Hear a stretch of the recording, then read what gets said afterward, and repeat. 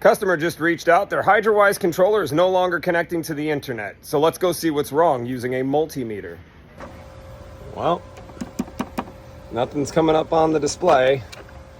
The controller is in the on position. So let's see if we're getting power.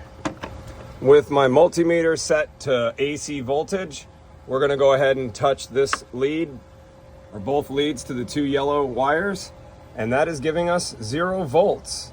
This could be good news. This could be just a tripped breaker. In fact, I'm not even gonna stop the video. We're gonna follow this back over to the panel, and we're gonna look for a tripped breaker. Now, none of these look tripped, except for possibly this one. Nope, that was on. Interesting. Maybe the transformer itself is bad. So we'll go ahead and open up the bottom half of this, and we'll test the high voltage at the bottom side of the transformer next. With the black lead in the ground and the red lead on the power wire, we are getting 120 volts, which tells me that this transformer went bad. That's not common. That does happen, but it's not very common. And this is how you would determine that. We've got 120 volts coming in, and then going back up to the top, putting the leads onto the 2 screws with yellow, we're getting 0 volts coming out. The transformer is no good. Fortunately, all it's going to take is removing the 2 silver screws you see back there to remove, and of course the wires, to remove this transformer and the box below it to install a new one. We won't have to pull the whole controller off the wall. And that's why installers love module controllers. Now that we got all the wires disconnected and the 2 screws out from the inside here, all that's left to do is pull the whole unit out, and it's ready for to go into the existing controller. The next step is going to be unwiring that one to place this one in there. I should note that you have to account for the incoming conduit to the power here, so that does have to be removed. But with all of the wires disconnected and the conduit out of the way and the screws loose, that's how easy that is to come out. Now we can just go ahead and place the new one right in, and then it's a matter of placing the 2 screws back, bringing this conduit back in, connecting those wires, reconnecting those wires, and just like that, we replaced the transformer. Easy peasy. Now let's go ahead and use our multimeter to test to see if we are now getting power coming out of this transformer. So we'll go ahead, and I already put the sticker over here.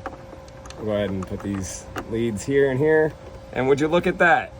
26 volts. In case you can't see that, the transformer is now working. So let's go over to the face panel, and we've got a dead face panel. So let's go ahead and replace the face panel next. We're just gonna pull out the face panel from the donor controller. No sense in using a faceplate by itself. I did bring this over here because I had a feeling that the faceplate was the issue before I tested the transformer. And then I just left it over here to go grab this when I realized the transformer was the problem. So the safe way to go ahead and do this is to turn off the power here inside of the controller, remove this ribbon cable, pinch these 2 blue clips, which will release the panel. And you're seeing me do this all single-handedly. That's how easy they have designed this. You don't even need to use the finger clips to get it back on there. It just clips right in. We'll go ahead and connect this ribbon cable and then turn the power back on. And now we definitely have power because I've already seen the screen kind of light up.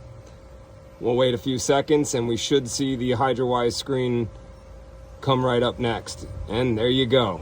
Now we have to go ahead and log this panel into the homeowner's Wi-Fi, and then I got to go into HydroWise and swap out the serial number that's on this panel and use the serial number from this panel, and it will automatically take all of the settings that were set up for this controller, for that panel right there, will go into this panel automatically. I will not have to reprogram anything.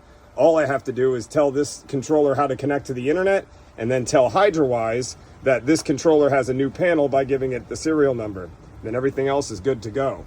This is an actual warranty that I had to perform on this controller, and this customer is going to pay $0 for my entire visit.